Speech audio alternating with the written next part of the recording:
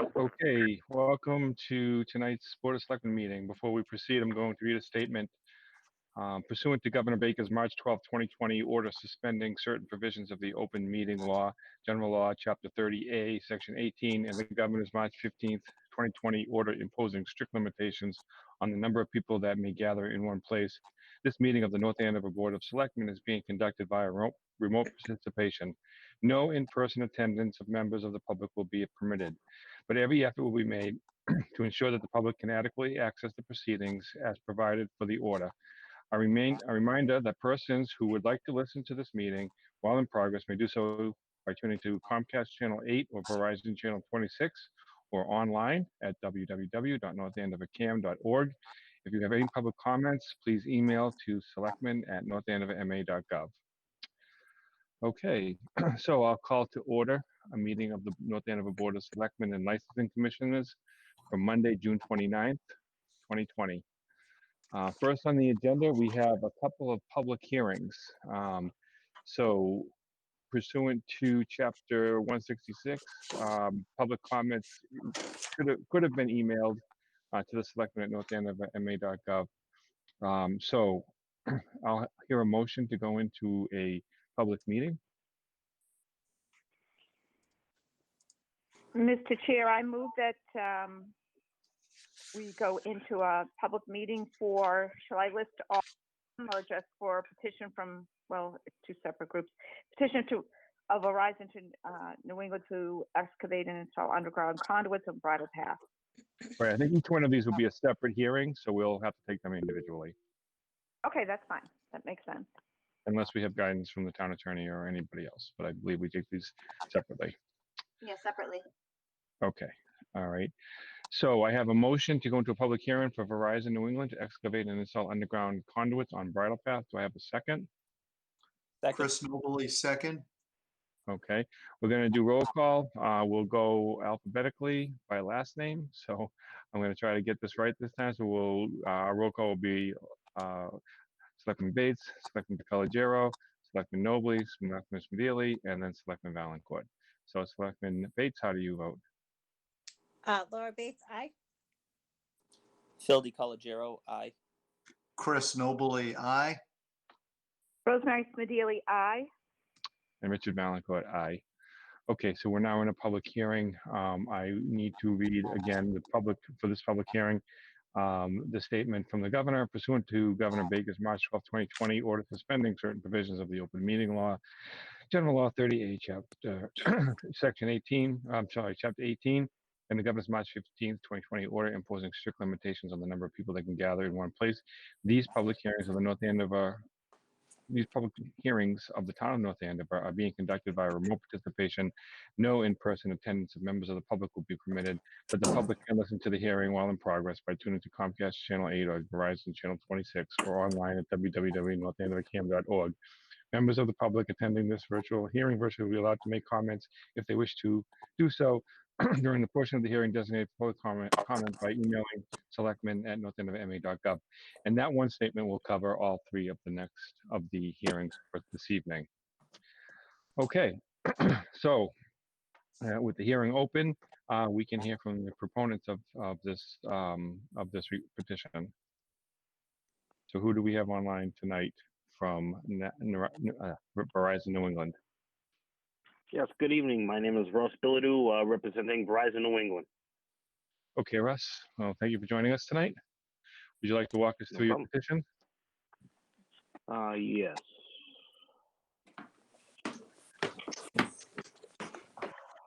Verizon is looking to place one new 1 1/4 inch conduit and 9 new handholds along bridle path, beginning at a new handhole numbered HHBP1-1, which is situated on the westerly side of bridle path, and then extending approximately 3,287 feet to the other end of bridle path through 7 new handholds, which will all be situated along the westerly side of bridle path. This new conduit and sets of manholes is required for a network transformation project, which is an internal initiative at Verizon, where we are moving working copper circuits over to a all fiber network.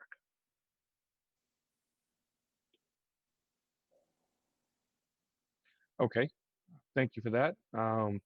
I will first open it up to the board for any comments or questions. I just had one question. So all these residents on Bridle Path already have Verizon service? I'm not sure if every single resident has it, but there are working lines down Bridle Path. Okay. Will this provide additional service to the residents if they wish? Will this provide files if they wish to? Yes, yes, this project will cover every household. If there is, I don't think there is, but if there's an apartment in any of these dwellings, then that apartment will also be covered. So as many lines needed per building will be covered as a part of this overall fiber project. Okay. When is the project intended to start, and what would be the duration? I'm not sure when it's set to start. I had asked someone about that.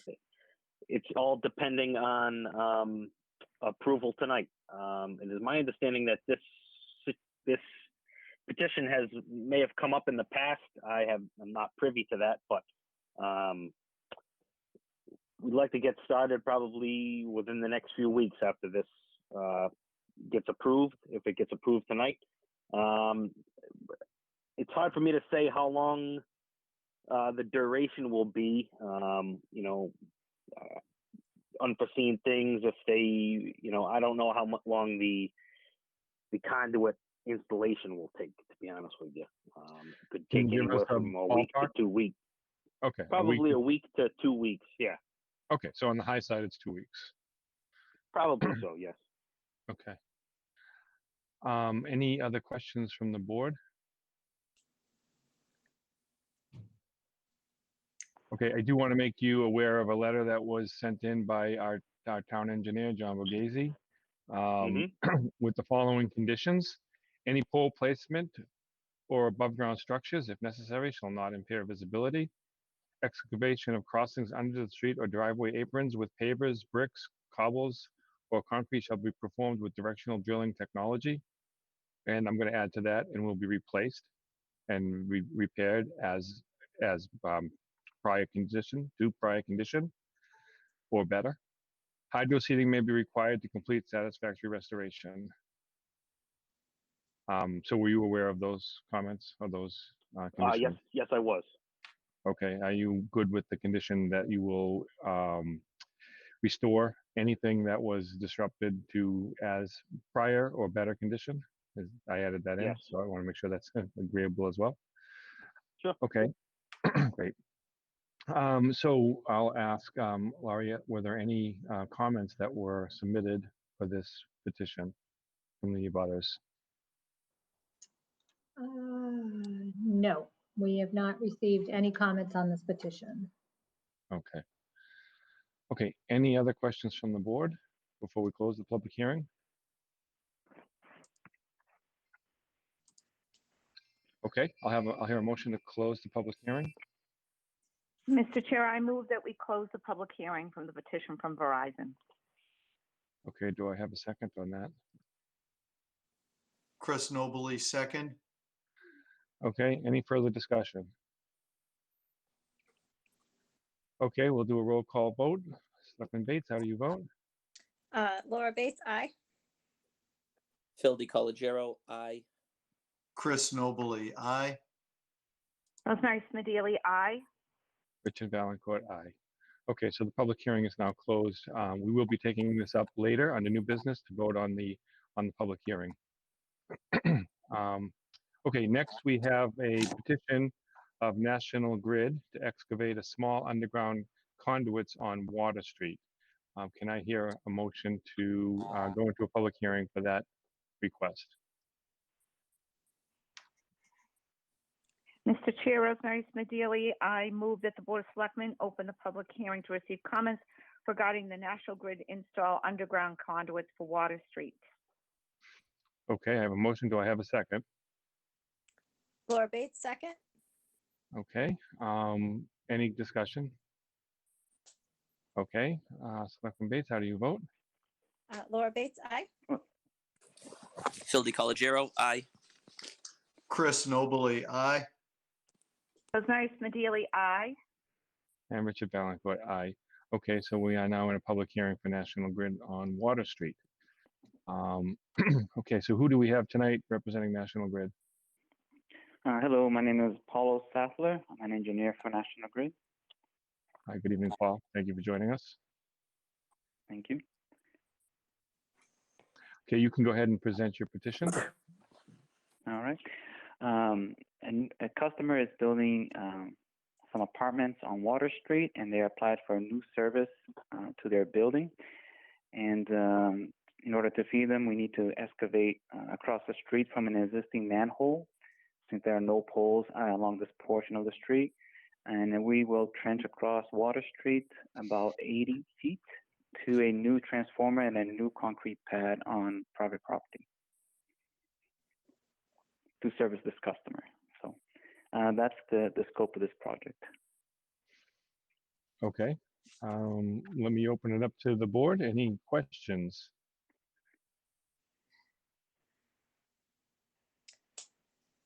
Okay, I guess I could start off. What is I'll ask you the same question I asked prior. What is the intended start date and what would be the duration of this project? That will depend on the customer for the most part. The customer's contractor is responsible to do that, but typically for something like this, it will take a couple of days at the latest to do all of the work. Okay. Also, we have received a letter from our town engineer, and he has informed us that there's a moratorium on that street for any excavation and cutting until 8/1/2021. That's because that street was newly paved in 2018, and I recall that street was under construction for a long time, putting those neighbors in a construction zone for a very long time. So this is a little bit concerning that we're going to be opening that street again. In fact, you know, our DPW engineer, or our engineer, is recommending that we don't allow it, and if we do, with some considerable restrictions. Were you aware of that? We do understand that there's an existing moratorium for this area, and unfortunately, when they were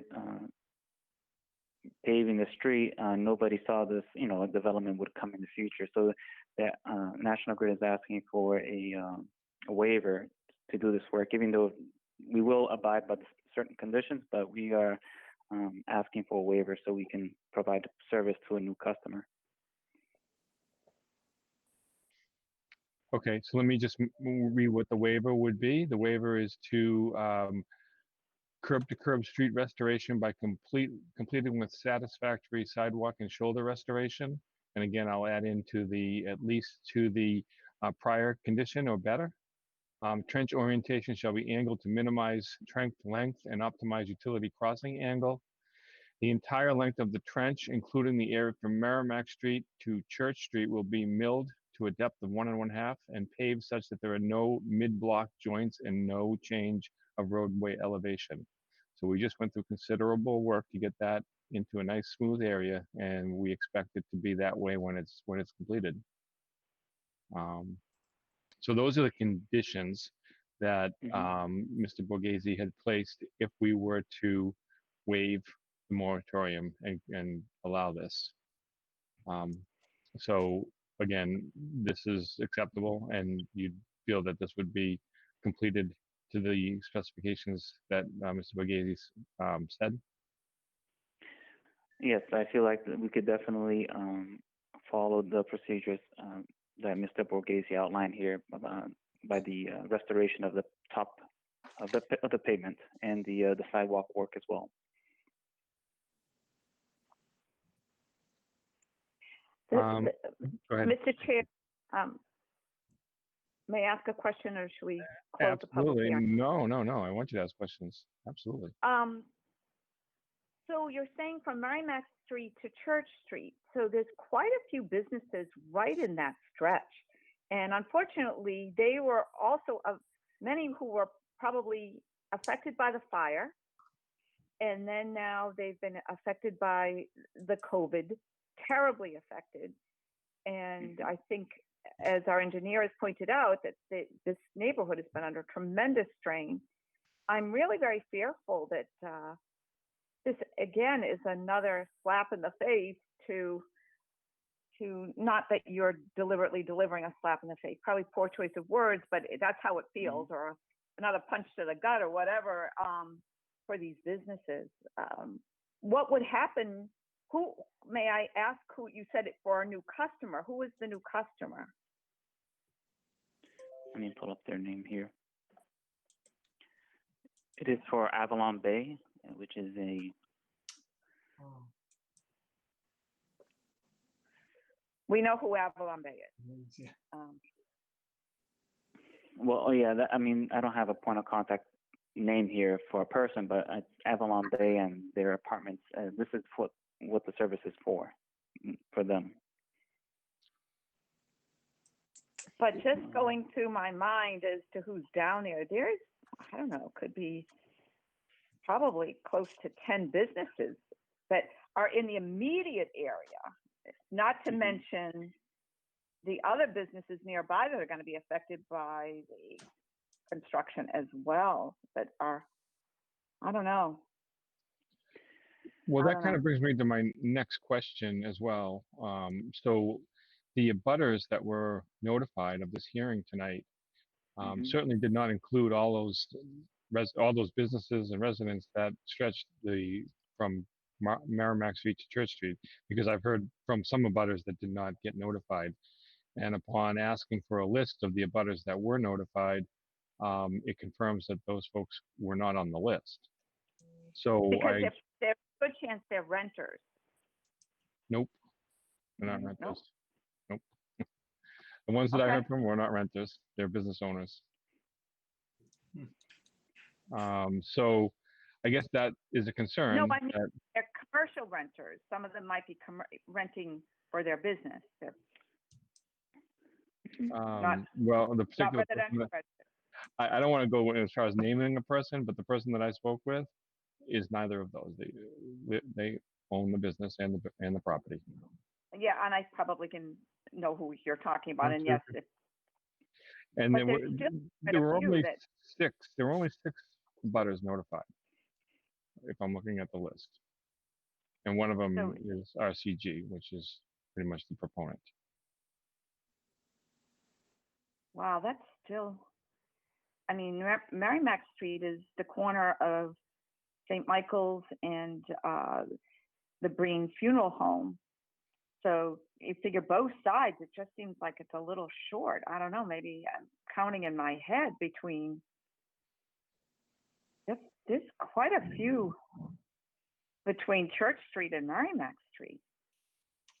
The only thing I can say is maybe it was, I know there's a 300-foot guidance to be for abutters, and these abutters may be within 300 feet of where the construction is going to actually take place. But to me, if we're going to be repaving from Merrimack Street to Church Street, then that involves that entire stretch of Water Street, not just the 6 abutters that are listed on this form. So I have a concern that a lot of folks were not notified and did not have an opportunity to provide input to this hearing tonight. I agree with you, Mr. Chair, because again, that section of Water Street, that small section, is probably the most dense with businesses out of Water Street all the way down to High and Elm. That's exactly where they all are.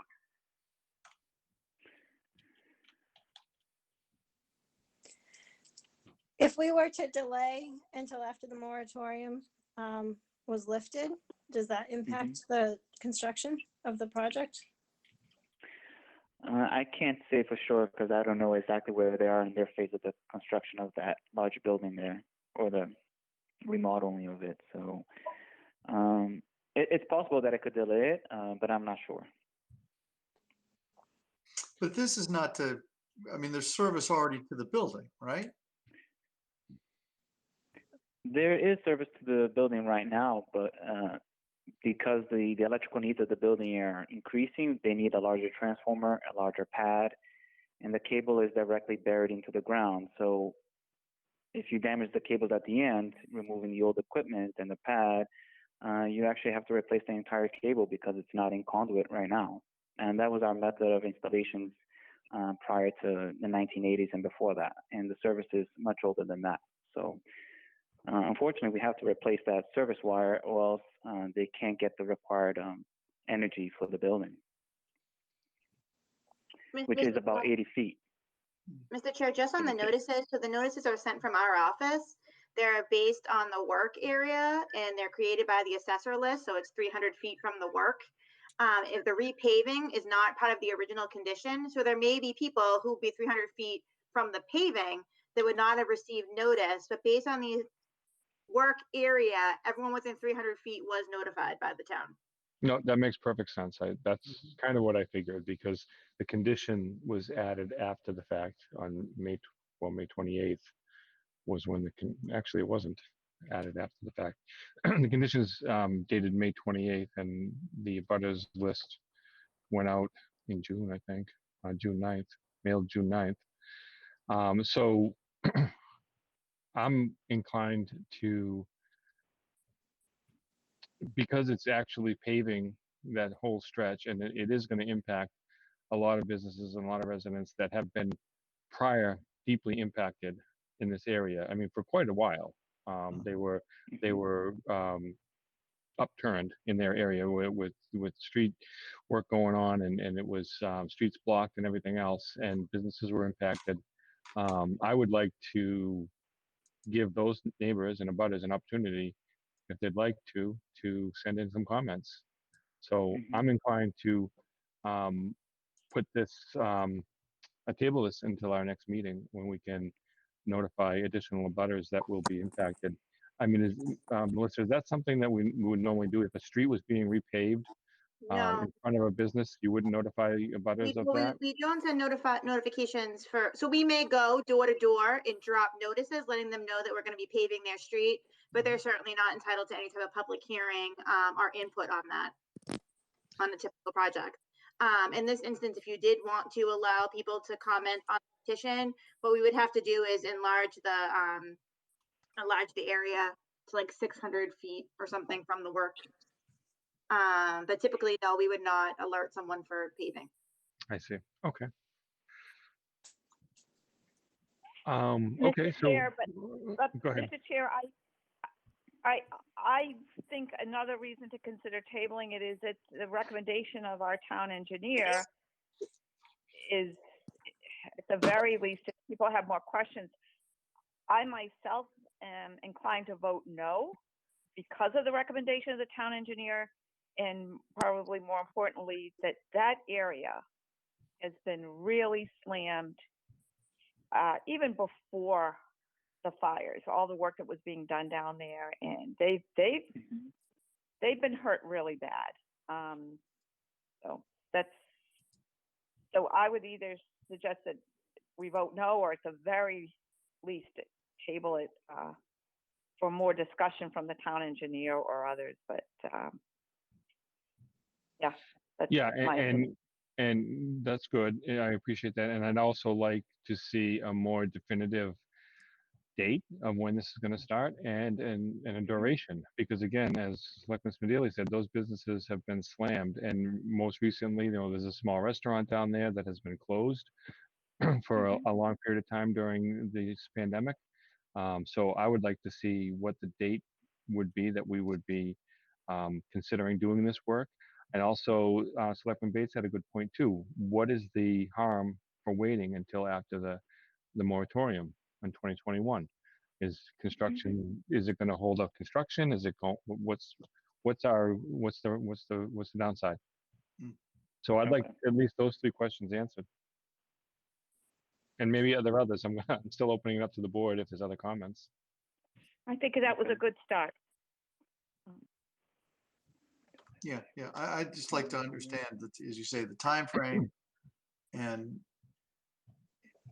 really if anybody else has any other input to it. So yeah, it doesn't seem like it has to be decided today. So I'm definitely supportive of that. Okay. Okay. So we will leave the public hearing open. And I guess I will hear a motion to table. Actually, Melissa, what would be our exact direction at this point? Do we table it until the next, we leave the public hearing open, and then We're gonna leave the public hearing open. You're gonna table it until your next meeting, so we don't have to re-advertise it. Although if you're gonna be increasing the space, we're gonna have to re-advertise it anyway for the larger group. But let's leave it open anyway, until your next meeting, which is July 20th. Is that right, Lori? that July sounds right. 20th. Okay. Well, I'm glad I didn't have to go to the moderator for the Robert's Rules explanation. So thank you, Madam Town Manager. Okay, so I'll hear a motion to table until our next meeting. Mr. Chair, Rosemary Smedili, I motion that we table this public hearing to our next meeting or another appropriate time. Phil DiColigiero, second. Okay, any further discussion? Okay, we'll do a roll call vote. Selectman Bates, Laura Bates, aye. Phil DiColigiero, aye. Chris Nobley, aye. Rosemary Smedili, aye. Richard Valencourt, aye. Okay, so we're tabled. We have 3 things we'd like to address, and we can bring that back to our next meeting. Okay. Okay. Next on the agenda, we have another petition from National Grid to excavate and install underground conduit on Lisa Lane. So do we have the same presenter? Yes, Paulo Oh, I'm Sassler. sorry. Well, I'm sorry. National I'm Grid. sorry. I'm sorry. We need to open the public hearing first. So I'll have a motion to open the public hearing. Mr. Chair, Rosemary Smedili, move that the Board of Selectmen open the public hearing to receive comments regarding the National Grid petition to install underground conduits for Lisa Lane. Phil DiColigiero, second. Okay. Any discussion? Selectman Bates, Laura Bates, aye. Phil DiColigiero, aye. Chris Nobley, aye. Rosemary Smedili, aye. Richard Valencourt, aye. Okay, we are now in the public hearing for the work to be done on Lisa Lane. So, sir, you can again state your name and walk us through the petition. Okay, my name is Paulo Sassler. I'm an engineer for National Grid. The service wire, the underground service wire on Lisa Lane, for this portion of Lisa Lane, has reached its end of life. Its useful life is typically 20 to 30 years for old cable that's directly buried in the ground. So we have many projects around the area where we go in and replace these cables or these sections of cables. So for Lisa Lane, thankfully we are going to be using directional drilling, underground boring to install new cable and conduit to existing transformer on Lisa Lane, as well as the pull box 1 and heavy duty handhole 997. So there won't be any trenching other than at those specific areas to make the connections, but we won't be cutting across streets and across driveways either. And we will be using test pits every so often where we cross other utilities to make sure that we do not damage them. So that's pretty much the scope for this project. A realistic timeline right now is they're planning to have this done around September. And speaking with the construction supervisor, he advised about 3 days of work is what they need to get everything done there. Great, thank you for having that information available. Okay, so same comments from our town engineer with the following conditions. Excuse me, any pole placement, if necessary, shall not impair visibility. I don't think that's the case here since it's all going to be underground. Excavation of crossings under the street or driveway aprons with pavers, bricks, cobbles, or concrete shall be performed with directional drilling technology, which I think you said it would. But again, I'm going to add to that any disruption of any property, driveways, pavers, etc., will be restored to the pre-construction condition or better. And then also hydro seeding may be required to complete satisfactory restoration. So those are the conditions laid out by our town engineer with my addition of the pre-existing or better condition. Okay, any comments from the board?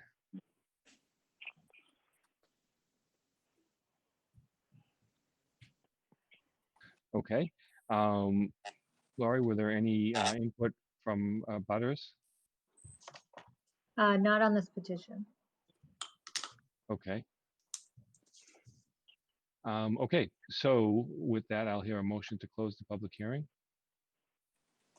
Mr. Chair, Rosemary Smedili moved to close the public hearing on National Grid with Lisa Lane.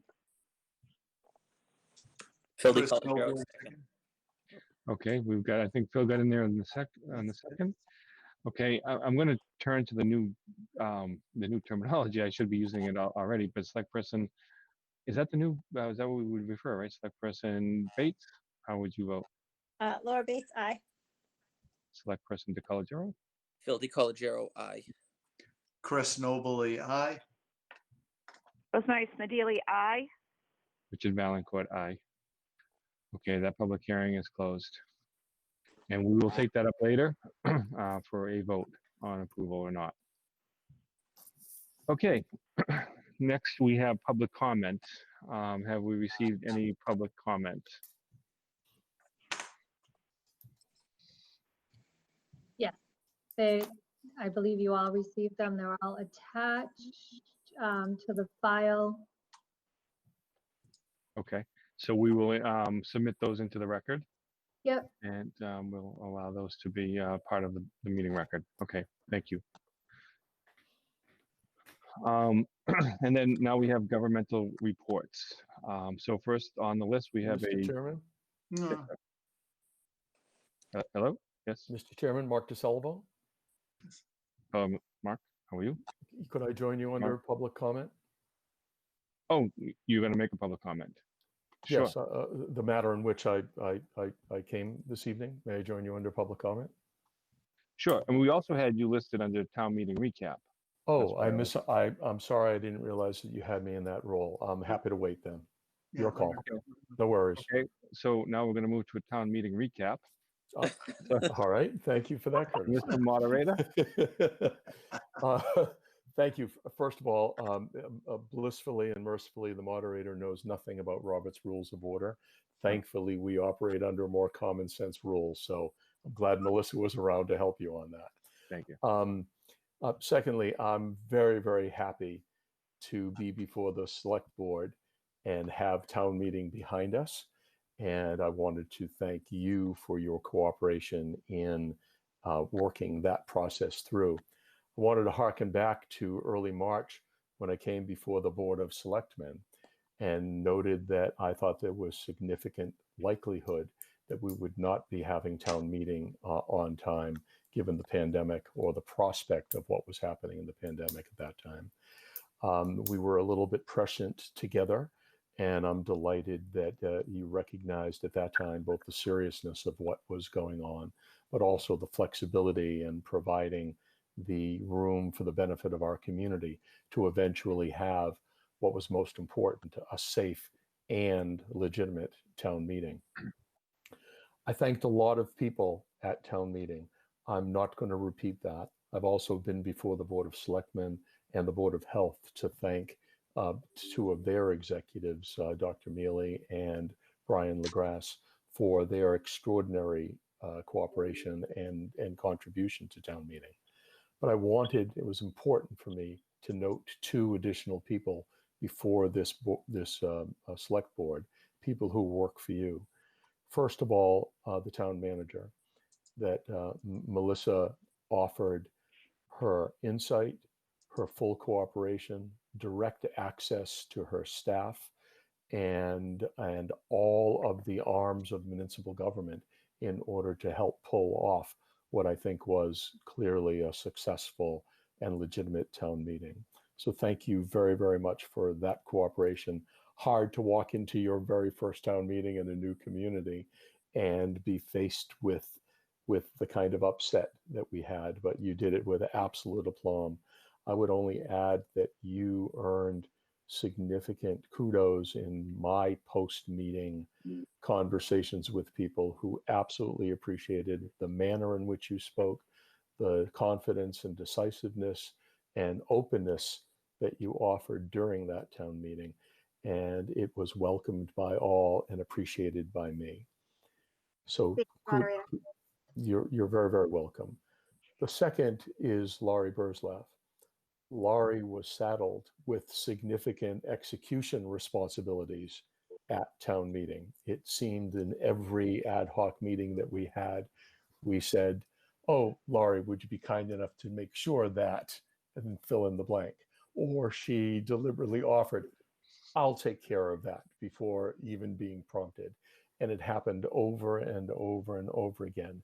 And from the moment the assignment was given or the volunteer obligation was taken, you had every confidence, I had every confidence that it would be executed and executed without any process or suspicion that it might be done fully and with absolute ability towards our common end.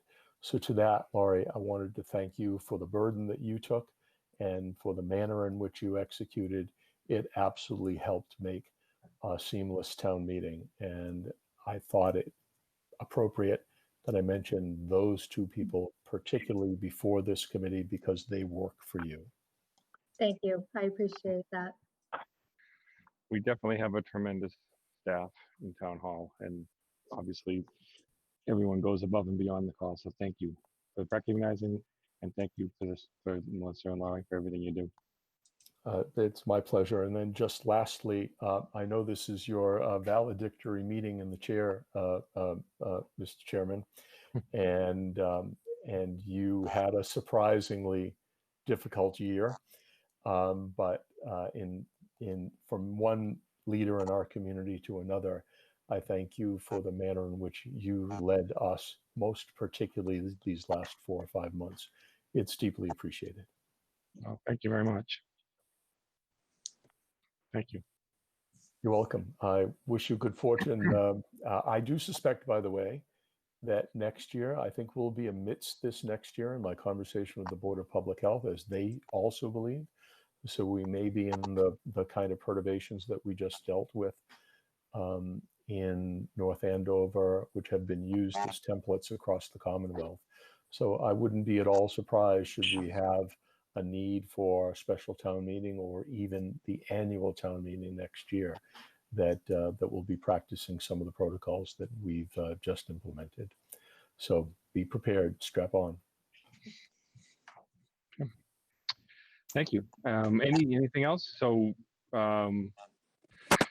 any insights on the numbers of folks or your external, normally you do an online survey as well. Are you going to be producing the results? Or yeah, those have been published, and those online results fell exactly in line with the opinions of those people who happened to be at the meeting, which is wonderful. And we did have some remote questions as well, although most of it was just so wonderfully covered in both our pre-execution in making people aware, as the town manager did, what all of the warrant articles were. I think a practice that we ought to adopt as a universal standard. Great, thank you. Any questions from the board for the moderator? Thank you. Thank you. I'd like to comment. Mark, you did a great job. And I think that Massachusetts looked at that town meeting as a model, but the fact that we got the national press that we did, just because of the uniqueness of that setup and how well it was laid out. Kudos to you for picking out the Kaufman brothers and getting them to put together that program. Yes. So I think it's the brothers. I know Rich, but I think his brother's name is Dave. That's correct. From Linfield. We're lucky to have the two of them willing to team up and do this. And I know Rich lives over on Main Street, but it really was a well-executed event.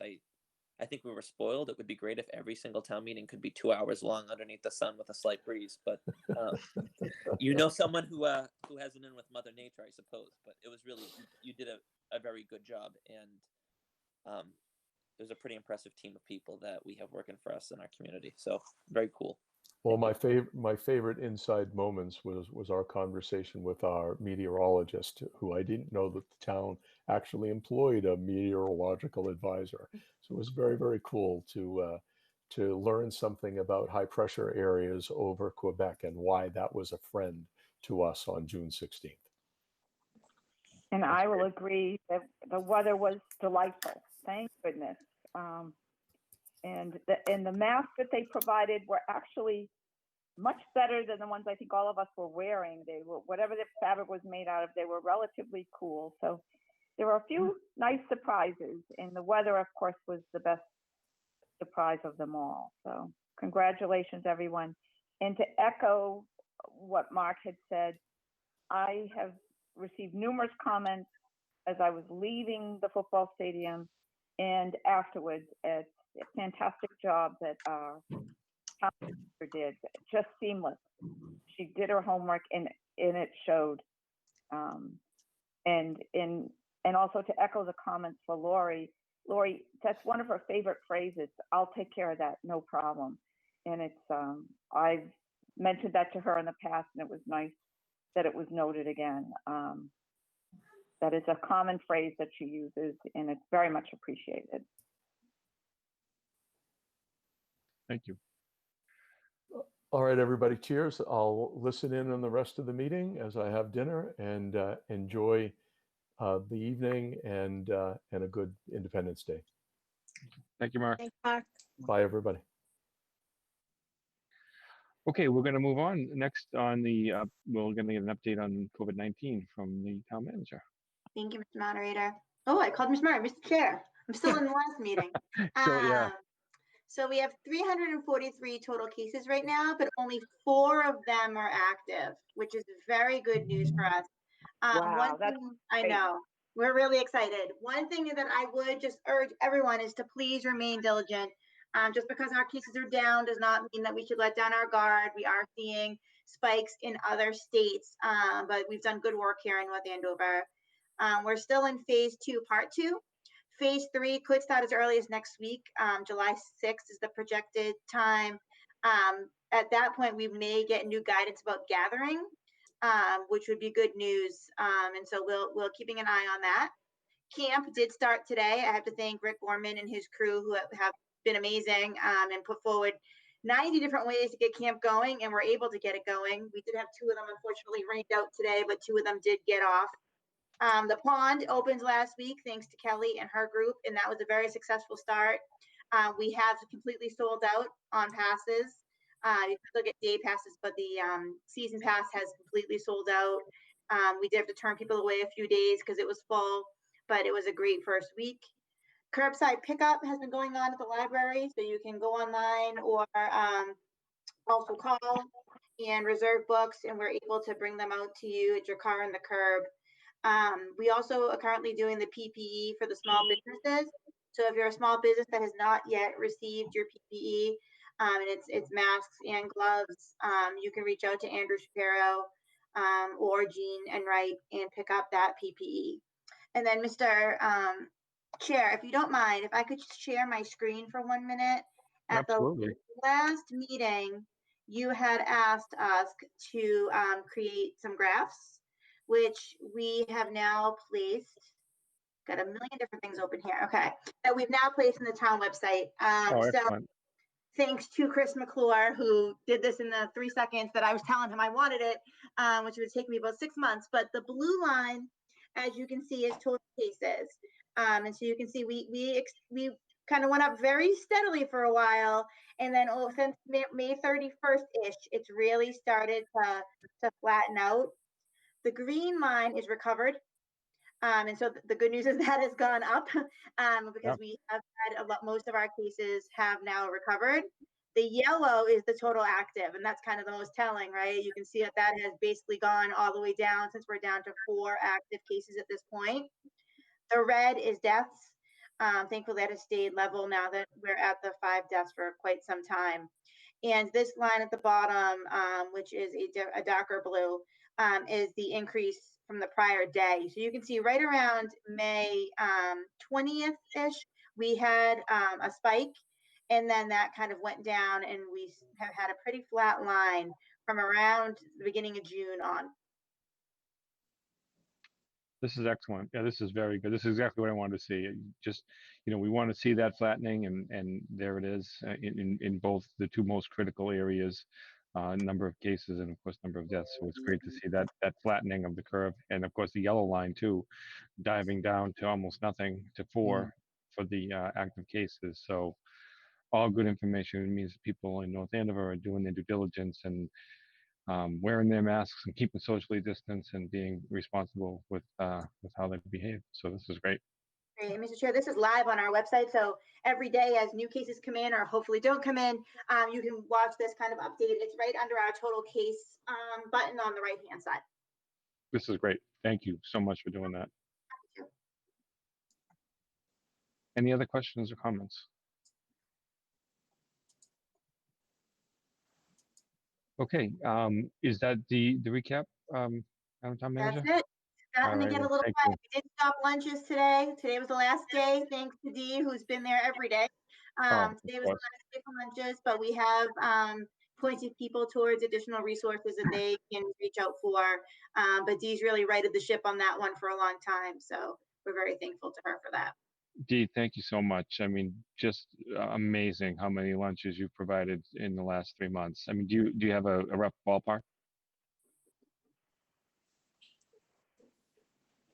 Oh, you're on mute. Sorry. Oh, now we lost her. Well, it's thousands. I can get you an exact number, but it's been a lot. Yeah. Like Wow. upwards of probably 50,000. Wow. Right. Well, thank you for Right. that.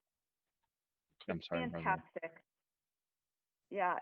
Well, at the beginning, I used to see them in front of my house when they went to the library, and then of course now they were at the high school. Thousands. It's phenomenal. It's just amazing, as you said, what Dee has done. She does a great job, but also to all the staff that put it all together, and it's been a wonderful tribute to all the good things that we do in North Andover. It just really, and Laurie was very involved in that as well. It just really made us shine when people really needed us. So it was great. A lot of good stories have come out of this tragedy, this pandemic. But it's great to see the community come together. Okay, so we're going to move to new business. So we have the 3 petitions that one of them, of course, we've tabled, so we won't take a vote on that. The first is the vote on the Verizon New England petition to provide new service to Bridle Path. So I will hear a motion on that.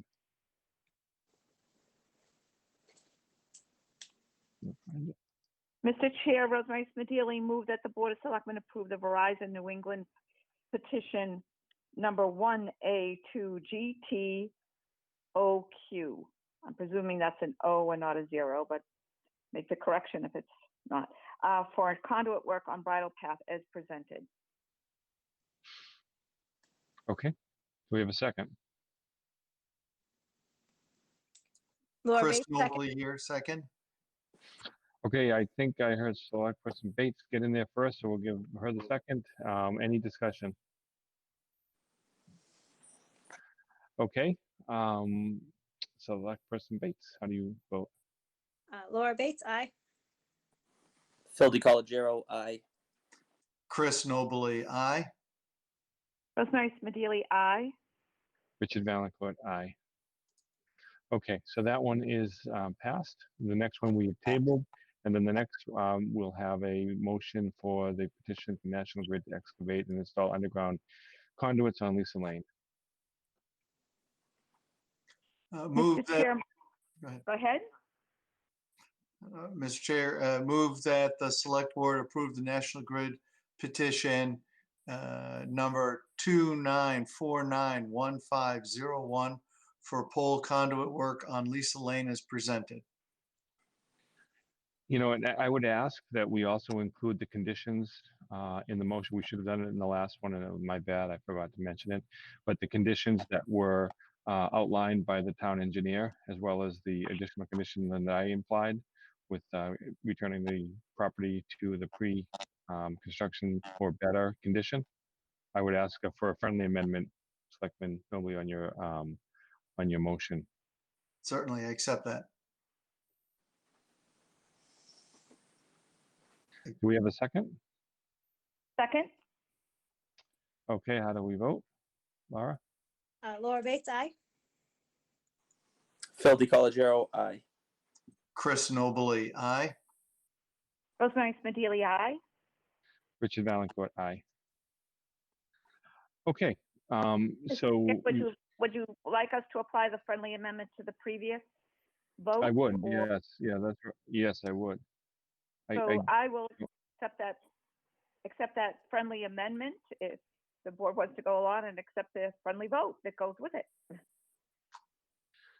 Okay, so the amendment is to, for the Verizon petition, to add into that the conditions that were outlined by the town engineer, as well as my conditions about returning the property to its prior construction or better state. Again, I accept the friendly amendment. Chris Nobley, second the amendment. Okay. Selectman Bates? Laura Bates, aye. Phil DiColigiero, aye. Chris Nobley, aye. Rosemary Smedili, aye. Richard Valencourt, aye. Okay, well, thank you for joining us tonight. You're free to drop if you'd like. Okay, we'll move forward in the agenda. The next thing on the next item on the agenda is to grant a grant of an easement to National Grid for Kitcher's School. Madam Town Manager, are you going to speak to this? And we have the letter, which is somewhat. So we have a letter in the package. Is there anything additional we need to add to this? No, the only reason that we have to give the easement is because it is running through a town street. So that requires an easement from the Board of Selectmen rather than the schools, which typically give easements for the schools. Okay. Any questions?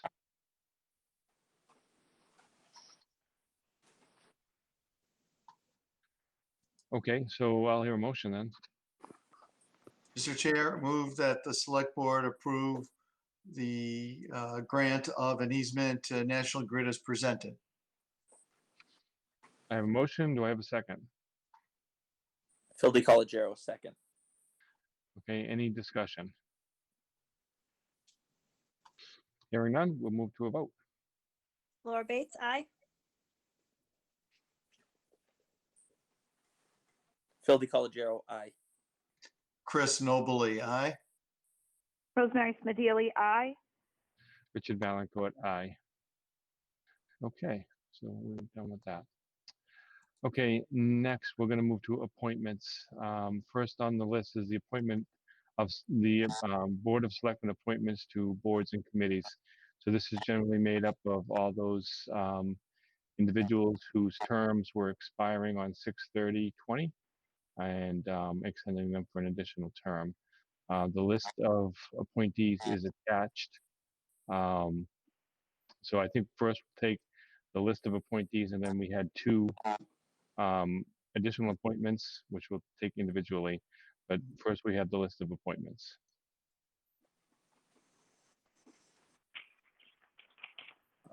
And Mr. Chair, I'd just like to say it's really been great to have the opportunity to reappoint these folks. So I'd like to move that the select board approve the reappointments and appointments to the various boards and commissions as listed effective July 1, 2020. Phil DiColigiero, second. Okay, we have a motion and a second. Any discussion?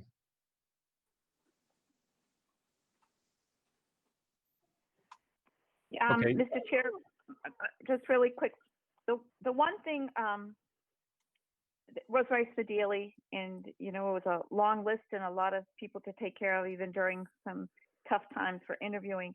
But the one thing that I would like to have maybe more input as to who's selected and how they're selected, meaning that I would like to take it upon myself to probably follow up with some of these appointees by phone or whatever, so that it won't violate the open meeting law, just to get a better sense as to who people are and why they want a particular position, or but I do think it's these are very important positions, and I think I would like just letting the board know that I will be probably a little bit more actively involved in visiting on phone or for a cup of coffee with some of the potential candidates.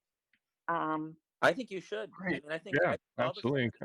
even when I wasn't on the appointment subcommittee, I not necessarily always meeting for coffee with everyone, but we are voting on these people, so I mean, Right, and that's it. It's a vote of the entire board. And even though the appointment subcommittee is, able to make a recommendation, at the end of the day, it is a vote of the entire board. So I think some of these are very important, and it's sometimes a little controversial. So I will be just letting you know I'm going to be probably becoming a little bit more involved. And as thank you for supporting that, both Phil and Chris. And I guess I would encourage the rest of us, if you have a question or whatever, I just wanted to make that be known and not look like I'm working behind the scenes, but just No, becoming more involved.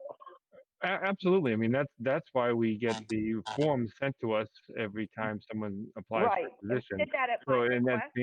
that's the intent of those forms, is to, if Exactly. someone wants to reach out to the individual and speak with them, that's why we get all that information. So absolutely, yeah, encourage it. The one thing I would ask Lori is that because of that, if they could make contact information available on the forms. I know we block it out when it comes before in our selectmen's packet, but when they're sent out, it might already be being done, but is to make sure that we have that contact information.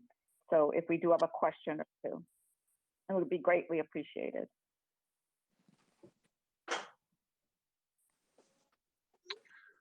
Okay, so thank you for that. So we have a motion and a second for reappointing based on the list that's provided in our package. Any further discussion?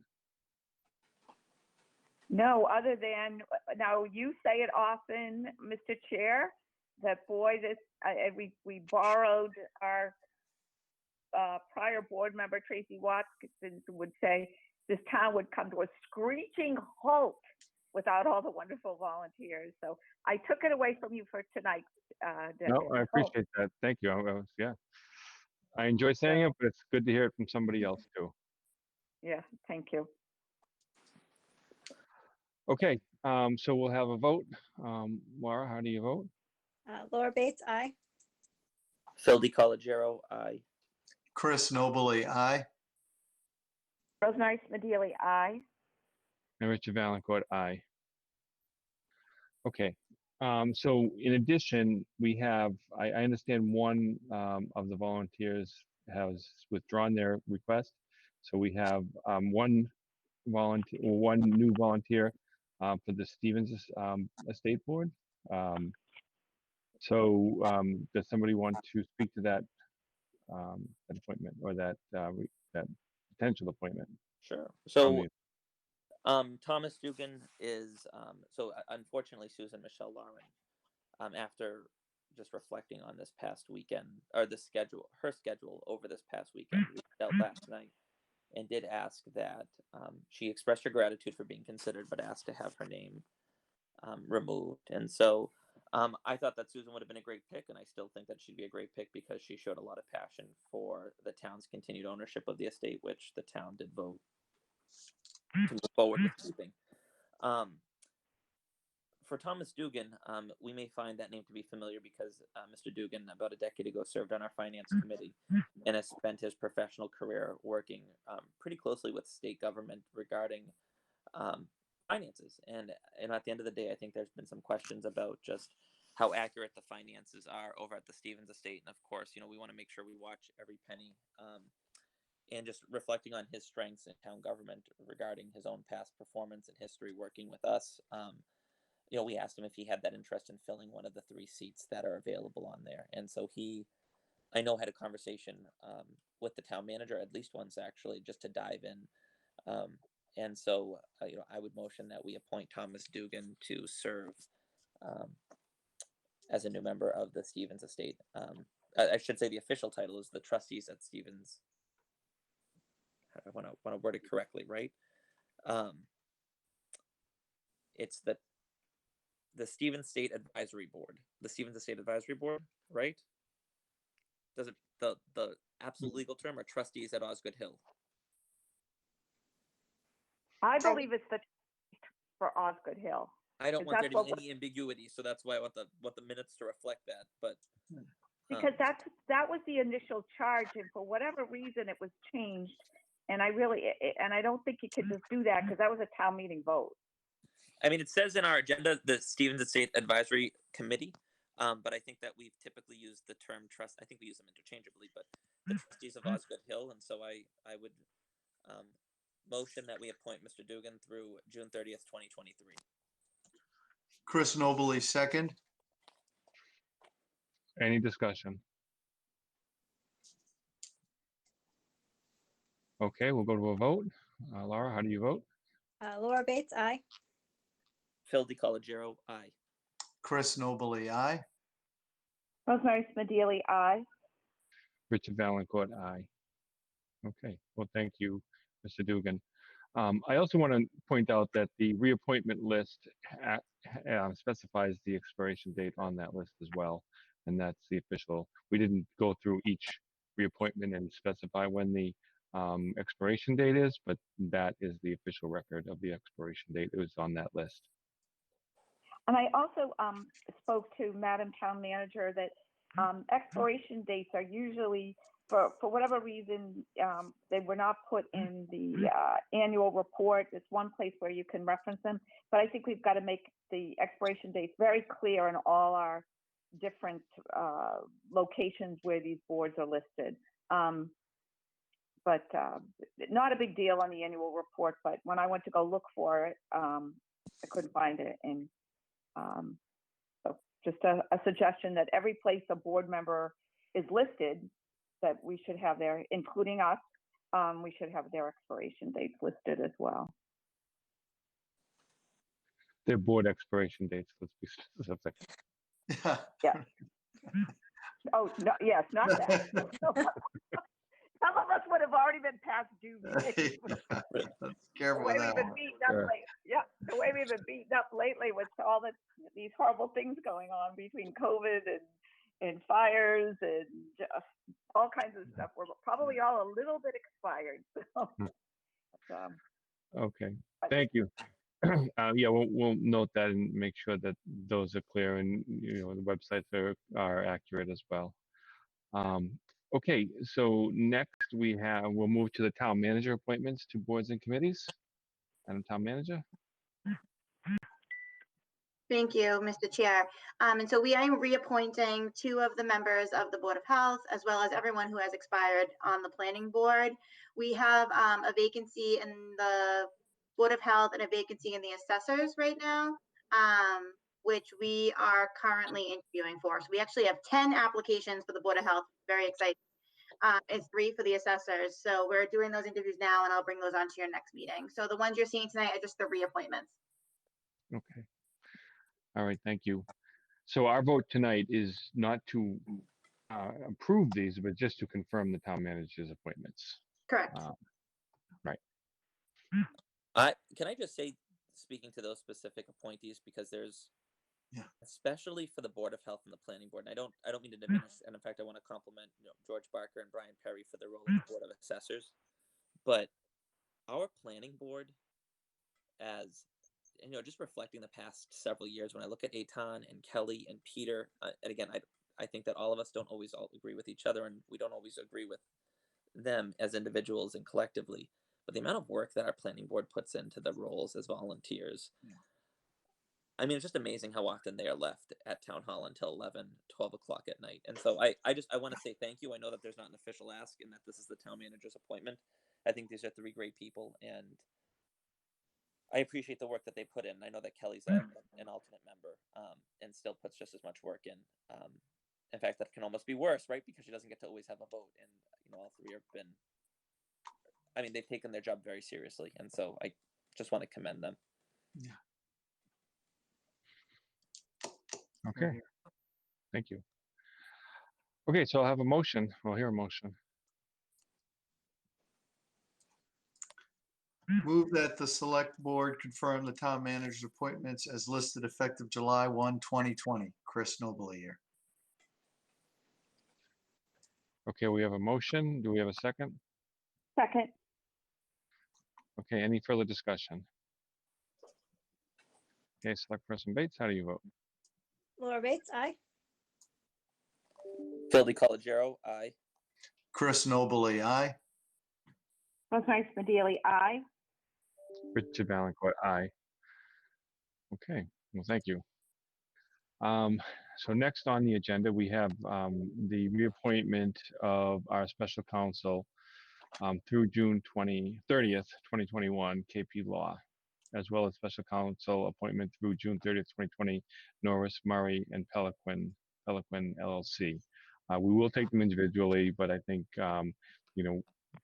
just wanted to kind of condense them together for comment purposes, but both of these are councils that we use for where we need to get advice beyond the capacity or scope of our town council. Am I saying that correctly, Madam Town Manager? Yeah, so if we have a specialized case, we may go to KP. KP came in our open meeting law training this year. Obviously, every attorney can't have all knowledge on all things. So if we have certain specific things that come up, we do that. And Morris is actually our labor counsel. Okay. So with that, are there any questions or comments from the board? Okay, well, I'll hear a motion. We'll motion each one of them individually. So we'll do KP Law first. And Mr. Chair, move that the select board approve the appointment of the firm of KP Law as special counsel through July 30th, 2021. Friendly amendment to that is through June 30th, 2021. Okay. I'll second that. Okay, any comments or questions? Discussion? Okay, Select Person Bates, how do you vote? Laura Bates, aye.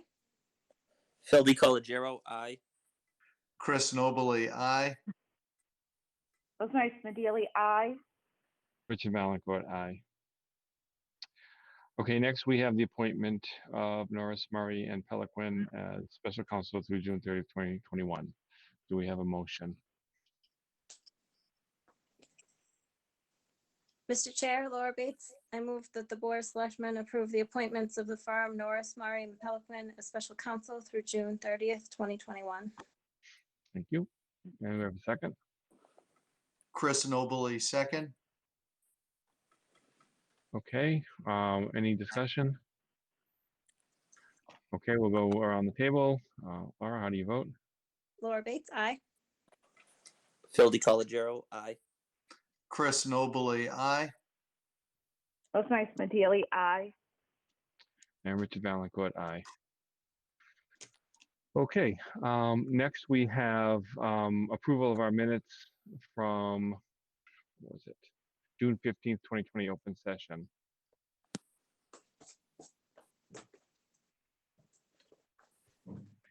Mr. Chair, move that the select board approve the open session minutes of the June 15th, 2020 as written. Second. Okay, we have a motion and a second. Any discussion?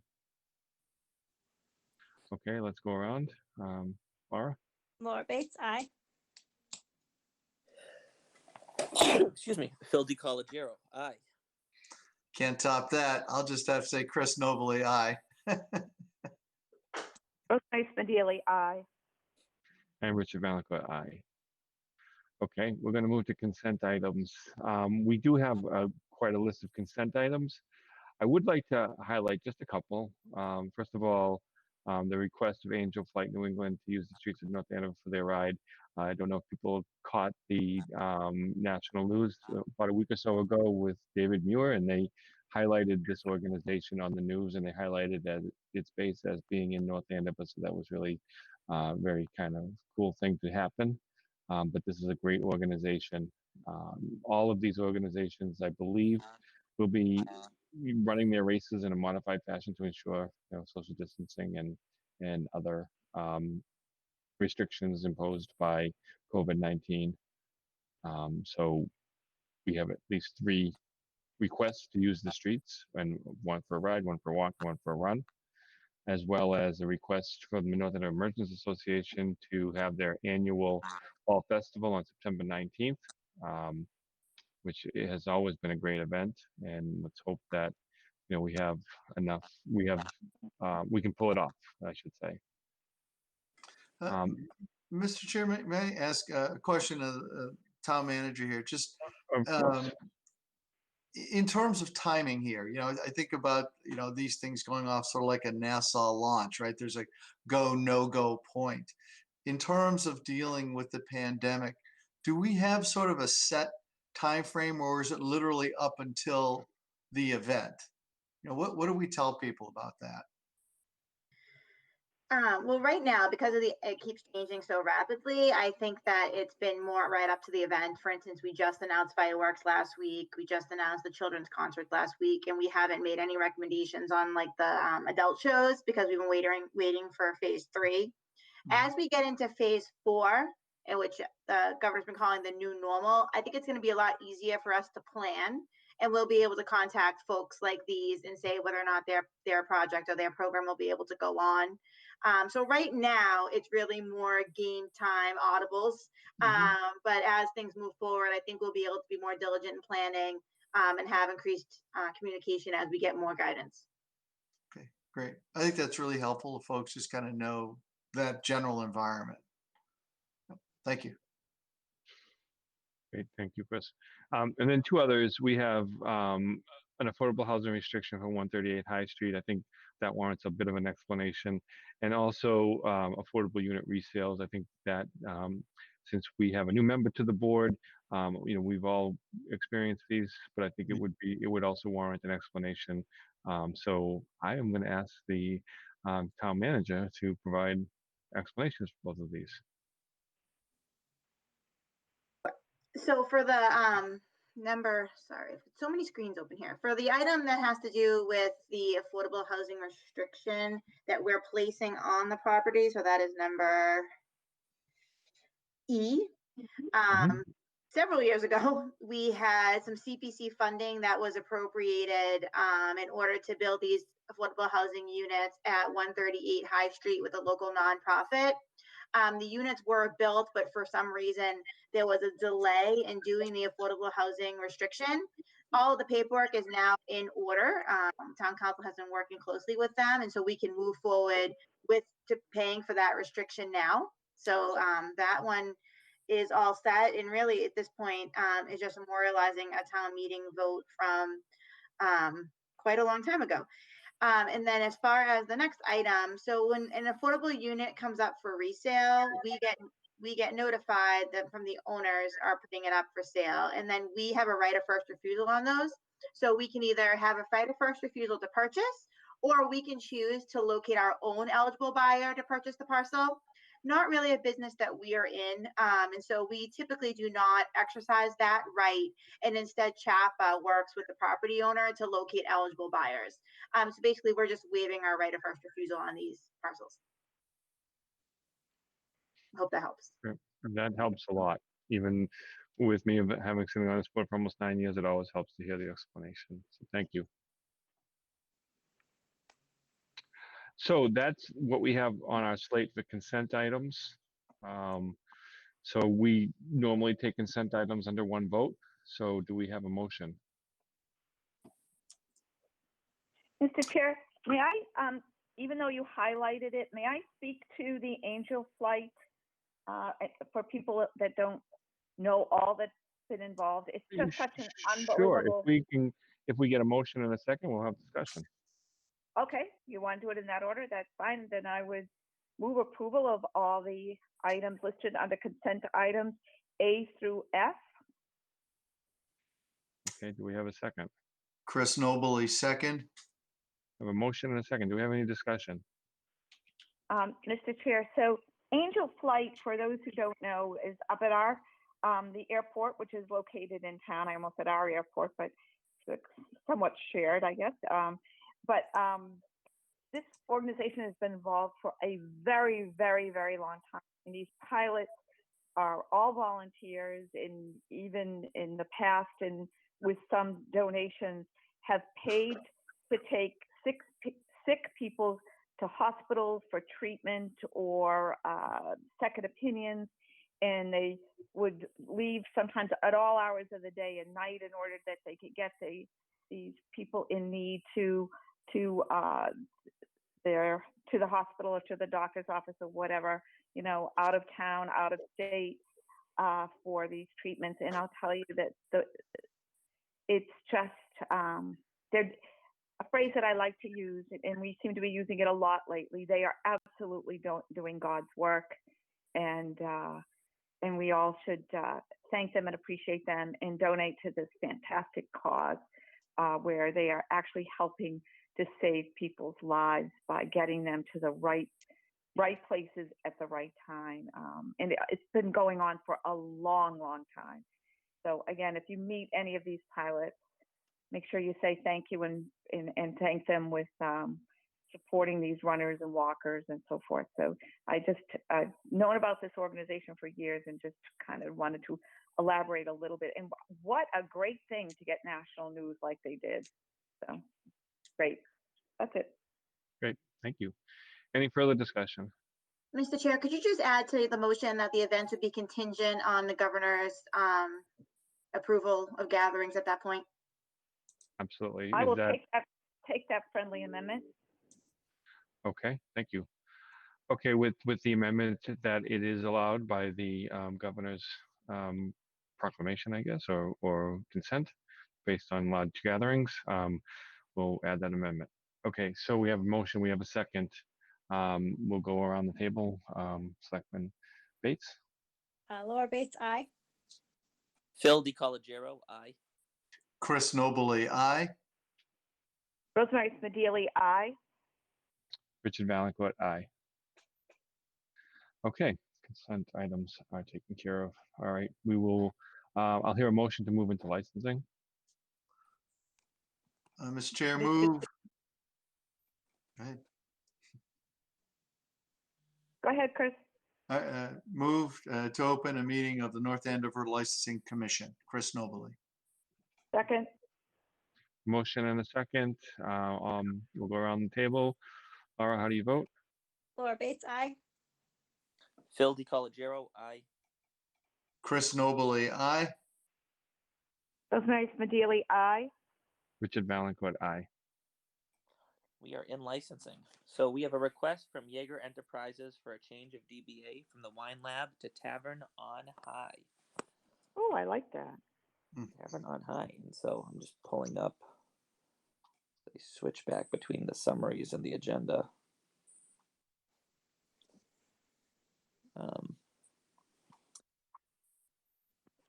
Do we have anybody on the call from Tavern on High?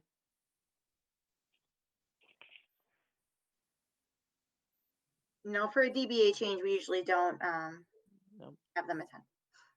Okay, if it's just that simple. I mean, are there any questions for members of the board? Yeah, this doesn't include the liquor license, does it?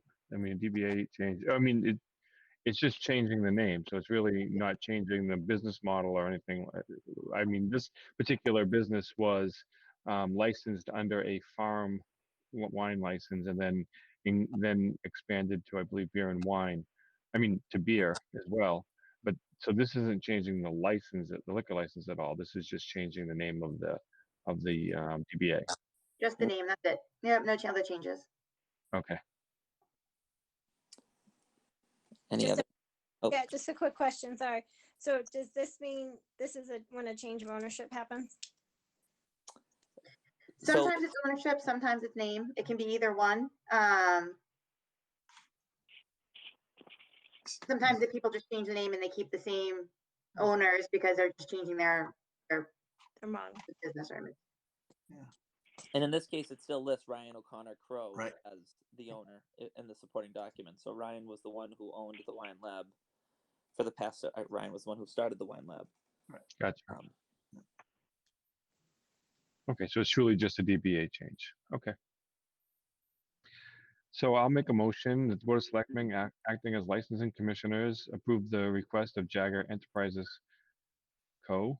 for a change of date of DBA from Wine Lab to Tavern on High. Motion made by Selectman Valencourt. Do I hear a second? Second. Chris Nobley, second. Selectman Bates seconded it. I will do a roll call. Any discussion before roll call? That was Selectman Smedili that seconded. What? That's Oh, okay. all right. You can No. have it. You can No, I'm the voice. I would like the record to show that Selectman Smedili seconded it. I'll have to deepen my voice instead of her lovely, sweet, melodic voice. I heard a woman's voice, but I saw Chris's face. It didn't work. So, that being said, so motion made and seconded. Any further discussion on this DBA change? Hearing none, I'll hear a roll call and begin with Selectman Bates. Laura Bates, aye. Chris Nobley, aye. Rosemary Smedili, aye. Richard Valencourt, aye. And Phil DiCollegiero, aye. Thank you, and thank you for that humoring. And so the next one that we have up is a request from Small Act Farms for 4 one-day wine and malt liquor license for the Whim Dinner Series from 5:30 p.m. to 9 p.m. on July 15th, July 29th, August 12th, and August 19th of 2020. And so Small Act Farms has done the Whim Dinner Series every year since I've been on the Board of Selectmen, and I'm sure it goes even beyond that. This year is a little different, though, and so I know that we have some restrictions put in place by the governor. Does that impact, Madam Town Manager? Do you know if that impacts how we cast our votes in favor of licenses?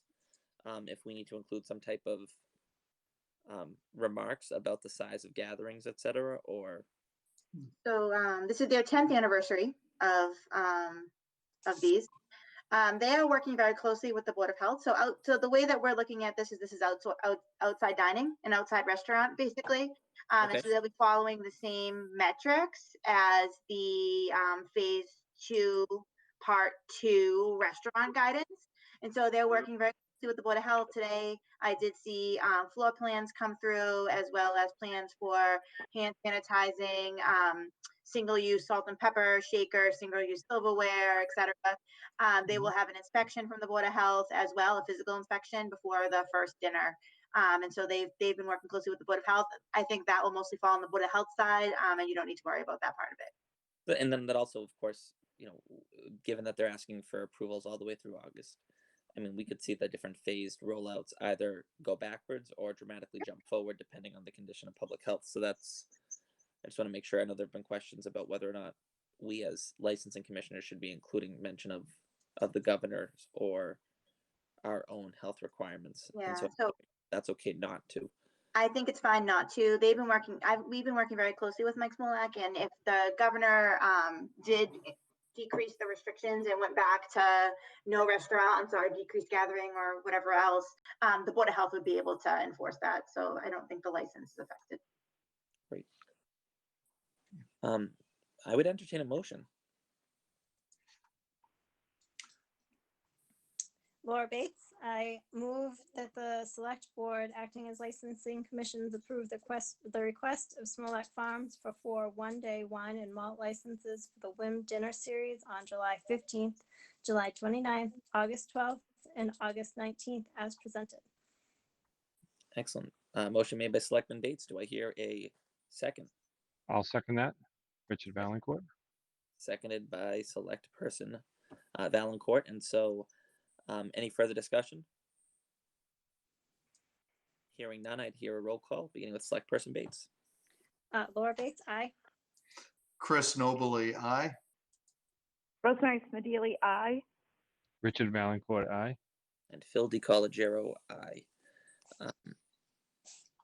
That was all that we had on the agenda for licensing this evening, and so I would entertain a motion to move back into regular session. Chris Mr. Nobley Chair. here moved to close a meeting of the North Andover Licensing Commission. I'll second that. Motion made by Select Person Nobley and seconded by Select Person Valencourt. Any further discussion? Hearing none, I will hear a roll call. Select Person Bates. Laura Bates, aye. Chris Nobley, aye. Rosemary Smedili, aye. Richard Valencourt, aye. And Phil DiCollegiero, aye. Okay, we're going to jump back to old business. We have last meeting, we reviewed a proposal to create a diversity commission tonight. So that was kind of like a first reading and the first time we had to look at the makeup and the charter of that commission. So now we will tonight discuss or vote to actually create that commission. We won't vote on obviously appointees yet because we need to go through the process, but we'll be voting on the makeup of the commission and the charter and goals of that commission. So I believe that there was an email sent out today from Laurie with the further description of that commission. Thank So you. The only changes we made, Mr. Chair, was that we did add the preamble and we included the member that was requested at our last meeting, which was that one of the residents has English as their second language. If folks don't have this, I am happy to screen share it. Just let me know. Will the public be able to view the screen share, Melissa, as well? No, the public can only see our names. Is it up online at the moment if they wanted to access it? Just Yes, from the agenda. Yeah. Okay. Well, including with the preamble. I Yes. just opened the preamble. Okay.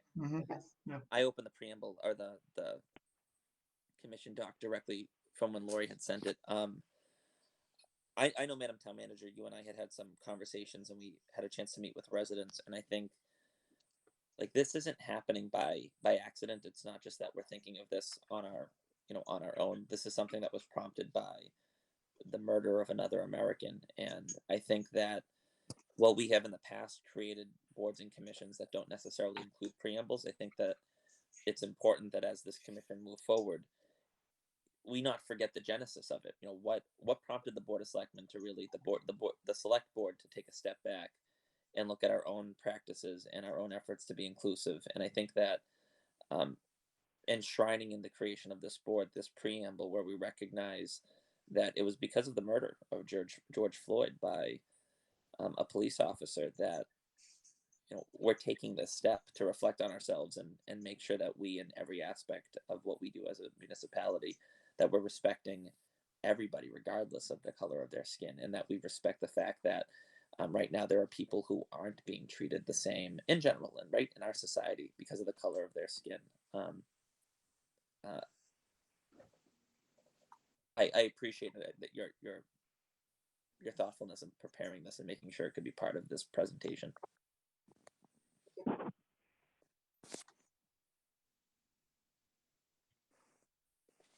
okay. Any other comments or questions? Just one sort of operational thing in making sure that this is really stays in the fabric of our community is if everybody's serving a 2-year term, it means, this is reviewing the whole team all at once every 2 years. Is there any value of continuity or strength to doing some component of the staggered? It's a good question.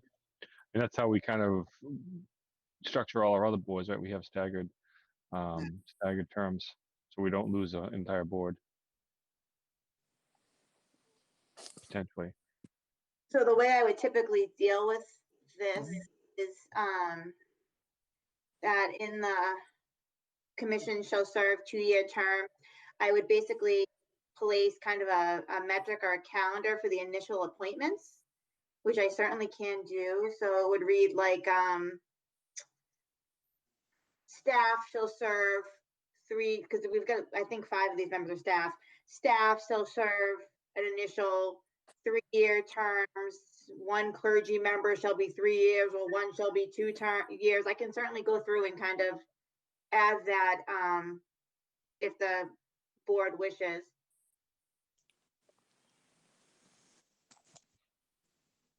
Yeah, I think that would probably be a good idea, so we don't end up having a potential of refreshing the board after a single term or a couple terms. So I think it's a good idea to maybe stagger things a little bit. Okay, so what I'll do is I'll create initial 1, 2, and 3-year terms, and then they'll basically put them on a 2-year term after their initial. Does that make sense? That works. Yeah. That works. All right, I'm gonna do that. No problem. I know we've had several changes, Melissa, but we specifically identify a member of the school administration. And is that something that, I mean, the way it's written right now, I would interpret that it would be the Board of Selectmen picking that person, but I would rather somebody internally in school administration, whether it's a school committee itself or whether it's the superintendent, selecting that person. Okay. As nominated by the school committee? I like that. I mean, does anybody else on the board have feedback on?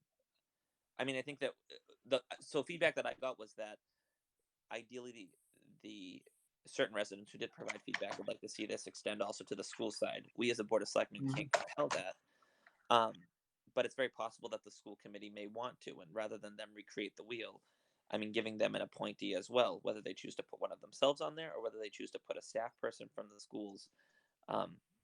I mean, I think that we can leave that up to them, but ultimately, I mean, I think that we want this to, it would be great if this could apply across the board and not just to, half of town government.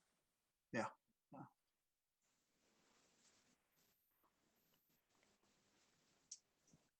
I just had one more question on the preamble, and I think all of this is great, and it's a great step. It's a good step in the right direction, and this is what we teach our kids in the schools, right? With the raised values, but in the preamble where we say violence against Black people, I was just again being inclusive. Should we broaden that to Black and Brown, or is there better language there? People of color. I think that's a great. I think at minimum, yes, it should say Black and Brown. Okay. I think that's a really good observation. Okay. Two other thoughts. Small again. We're the select board, so you got to go through. We got to have that word change everywhere in every document. But more significantly, would we want this this board or this commission to report annually as a minimum requirement? Maybe it's part of the town warrant, but it seems to me in order to make sure this maintains visibility and strength and connectivity, by having at least an annual report or summation at a minimum keeps that strong, keeps that alive. What do folks think? I think that's a great idea. I think normally we try to get reports from all boards and commissions on an annual basis. I know we're not always great at it, but I think, we certainly can do better. And I think by stating it in the up front here, that's a good start.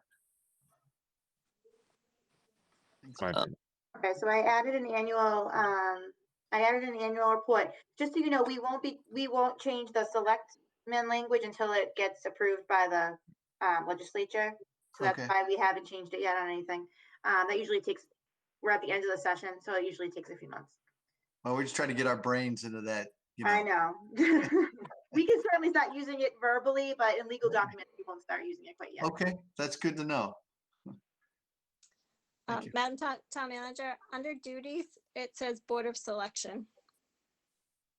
Good catch. Autocorrect. All right, let me find that. I'm not autocorrect. Let's see. This is not my strength, I promise. Boy, Not a good at learn. Let me find it. Rosemary Smedili, I'd like to go back to an earlier point that perhaps, and I agreed with Chris, I think that people of color should be considered. And perhaps maybe that would be a decision of our new committee. That instead of saying black and brown people, I think the committee should decide what seems to be the most inclusive, what seems to be more the message and the goals of the town. And perhaps people of color is a better phrase or description. But I think it would be good to put it to the people that we're bringing together to help us through this process, to make sure that we are reaching all the right people and setting the right example and tone for our town. So I like to put that back into play. So the reason that I went with the black and brown language is because after meeting with the 3 representatives from the Merrimack Valley Black and Brown Voices, they told me that the people of color language is really now frowned upon, and that black and brown is the preferred language at this point right now. Okay. Did they give you a reason, or it was just the thought at the meeting? No, they just explained to me that that's how people who are black prefer to be referred to. They don't like that colored rhetoric any longer. And they shared with me a few statements that came from UMass Lowell, where they felt like the language that was used to describe black people was most appropriate. Okay, I guess I do understand that, especially if you're speaking to someone specifically, but I just thought that people of color includes what some people might describe as American Indian, which is a phrase that the tribes often use, as well as Asian people and others. So, but if that's what the group decides, and that's what the group decides, I thought it would be a more inclusionary. I do agree that when you're speaking to someone directly, to say that you're a person of color is kind of, I don't know, something kind of cold about that. I do agree with that. Maybe that's part of it. Maybe we're all going to be learning some new language, but I guess I will leave it up to you, Madam Town Manager, or the committee to consider the language that they deem to be appropriate.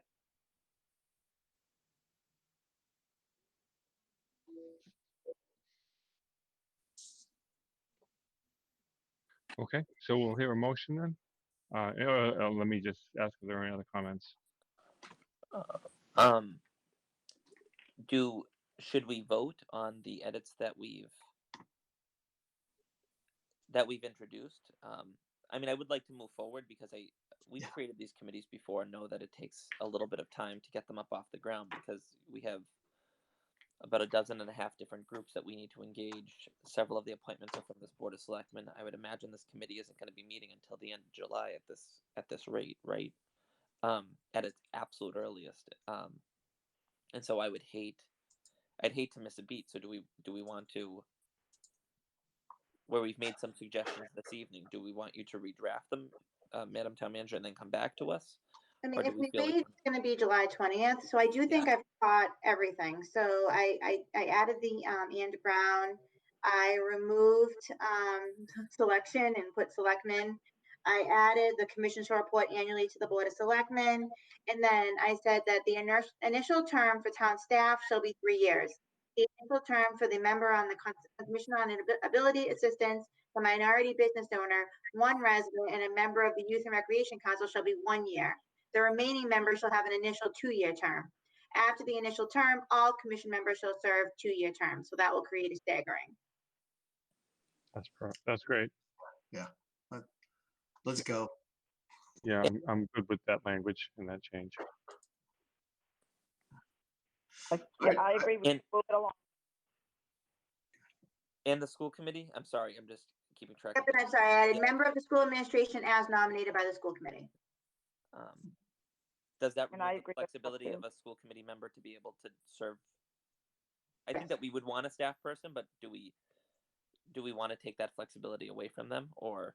Well, we also have the member of the Building Respectful Community Committee, which I believe is also a school committee, right? Oh, okay. So I think that will give us 2 school people. So that could work equally. It's mostly school committee with some town staff. Right. Mr. Chairman, I would move approval of this as presented by the town manager with with amendments presented by the town manager. The formal adoption of the North Andover Commission for Inclusion, Equity, and Diversity. Okay, I have a motion. Do I have a second? Chris Nobley, second. Okay, any further discussion? Okay, Laura, how do you vote? Laura Bates, aye. Phil DiCollegiero, aye. Chris Nobley, aye. Rosemary Smedili, aye. Richard Valencourt, aye. All right, great work, Madam Town Manager and your staff. Thank you for putting that together. Thank you. We'll get it posted for the positions as well, so that maybe we can try to get some appointments done in July. Great. Okay, next we have a town manager's report. There we go. Hold on one second. Sorry, reopen. Okay, so just as a note that we are, even after today, still asking people to reduce water use. We were having some trouble over last weekend with production and keeping up with use. So we're just asking people to be diligent. We have not posted any drought yet, but I will tell you that I'm over in Danvers, only a few miles away, and we are in stage 5. So people should be diligent in their water use right now to try to conserve. I also wanted to encourage people to come to the Common to see the amazing display that was done by the Exchange Club. We've gotten so many nice comments and compliments, and even people I know who have called me and said, driving through North Andover is so moving right now. And so I wanted to thank them and recognize them for that. It's really very moving. And then I just wanted to let you know, for people who don't know yet, that the TIF with Amazon has been approved by the state. And so that's great news. It was approved 2 days after town meeting with actually little to no debate. Everyone seemed very happy to see it moving forward as we were. And so we're excited about that. And I wanted to fill you in on that as well. And that's all I have. Great, well, thank you for that. Yes, and if you haven't had a chance, like myself, we need to go down and sign that TIF down at Town Hall. And Laurie, I apologize. I know I committed to doing that today, but the phone didn't stop ringing, so I didn't get a chance to get down there. But I will try to do that first thing in the morning. I as well. Okay. Mrs. Town Manager, I do have a quick question about events on the Common. So I did get an email earlier today asking if those had resumed, and I'm not on the Common North Andover concert series. Are we looking at, so Sunday the 12th of July is still floating around, I think, on social media that's happening. Is that? And I just want to make sure that I'm clear. So we have not made a decision on the July 12th concert. We are waiting to hear from the governor on July 6th because there was an indication on our last call that there may be a metric in place that would allow us to have some of these town-oriented municipal type concert events. One of the pressures in the points that the managers and mayors have really been bringing home is that there needs to be some type of programming for seniors right now, that seniors are really, really isolated, afraid to come out, and that we need to find a way for them to have some safe programming over the summer. The Lieutenant Governor has been very receptive to that. And there has been indication that they're looking at ways to make it maybe possible for us to have these types of concert series. And so we haven't called it because we're waiting on that. And we do have another meeting with the Lieutenant Governor tomorrow where I think we'll hear more about it. But we did have an indication that we would get advice on that this week. And so we have not canceled that event. Okay. Fingers crossed.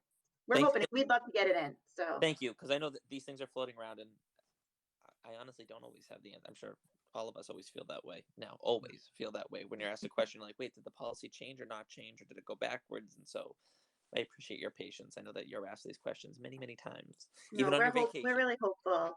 I don't want to break Rick's heart. And so he's asked me to wait as long as possible on this one, and we're going to try to. And if we do get advice that allows us to bring back some of the children's shows, we'll try to do that too. We're waiting at this point. It's a waiting game.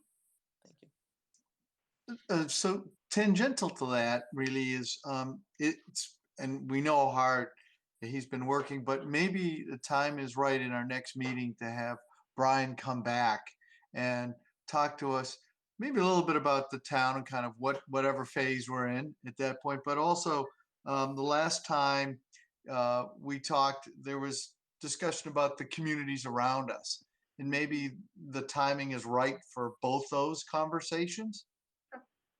We can certainly do that. Yeah, Brian has been such a asset during the last 3 months, all hours, and he's really doing a fabulous job. I'm sure I tried to give him a break this time because last time we kept him to the very end, Right. but I'm sure he'd be happy to come back. Yeah, it'd be great. A little more good news, maybe too, you know? Right? We love good news right now. Right. Absolutely. Okay. Madam Town Sorry. Go ahead. I just had a quick question on the Amazon. Now that the TIF has been approved both locally and at the state level, do we have a timeline as far as them signing the purchase and sales? I know they have not closed yet, and the indication was that it was still a little bit of ways off, that they were still finalizing things on their end, but I have not heard a certain date yet. Thank you. Okay, and then, Madam Town Manager, I just want to wish you a very happy and well-deserved vacation for the next week.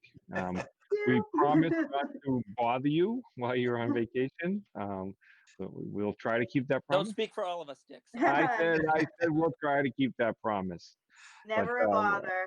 I hope you enjoy your time off. Feel free to reach out if you need me. Very well deserved. Thank you. Okay, so is that all the updates, Madam Town Manager? Thank you. Okay, so we'll move to the Board of Selectmen updates or comments. Anything from anybody today? No, other than everyone have a wonderful, safe, and happy 4th of July, Independence Day. Thank you. Yes. Anybody else? Okay. All right, so next on the agenda, we have our annual board reorganization. So every June, we go through a reorganization. We rotate the chair every June. So this is our time. So this will be my last call for votes and nominations for a while. So I appreciate everybody's support over the last year. It's been a phenomenal year. We've accomplished a lot, we've experienced a lot, and we welcomed a new town manager, we welcomed a new board member, and we welcomed a lot of new staff, and it's just been a tremendously busy year and very rewarding. So thank you all for your support over the last year in my role as chair. Thank you, Mr. Chair, for all your hard work. You've done a great job during this very rocky time for not just North Andover, but honestly for a lot of communities. And prior to that, of course, again, I hate to mention it again, but with the fires and building up these businesses back again, and then having the COVID. But you've done a great job. You've come prepared, and it was very much appreciated. Thank you. Oh, thank you. Yeah, absolutely. Okay, so we'll go through, we'll have a nomination for chair and then for clerk, and then nominate licensing chair, and then the appointment subcommittee. So first, do we have a nomination for the chair? Mr. Chairman, I would like to nominate our newly re-elected colleague, entering his second term, Mr. Chris Nobley, as our next chairman. I have a motion. Do I have a second? Laura Bates, second. All right, we have a motion and a second. Any discussion? Well, Mr. thank Nobley, do you accept that nomination? I much appreciate it. Big shoes to follow here, but thank you for the opportunity to be part of the leadership. Okay, we'll go around the table. Selectman Bates. Laura Bates, aye. Phil DiCollegiero, aye. Chris Nobley, aye. Rosemary Smedili, aye. Richard Valancourt, aye. Okay, congratulations, Chris. However, it doesn't take effect until the next meeting, so I still get to do the rest. But, Use it, man, but, use it. okay, next we'll have a nomination for clerk. Mr. Chairman, I think you've done a phenomenal job, and I think that you like titles, and so I would like to nominate you, Richard Valancourt, to serve as the clerk for the next year. I'll second that. Okay, we That's have a Rosemary Smedili. Thank you. And I will accept that nomination, although I'm not a guy, I'm not a title guy, but I do appreciate the nomination, and I will accept that nomination. So we'll do a roll call vote. Selectman Bates, Laura Bates, aye. Phil DiCollegiero, aye.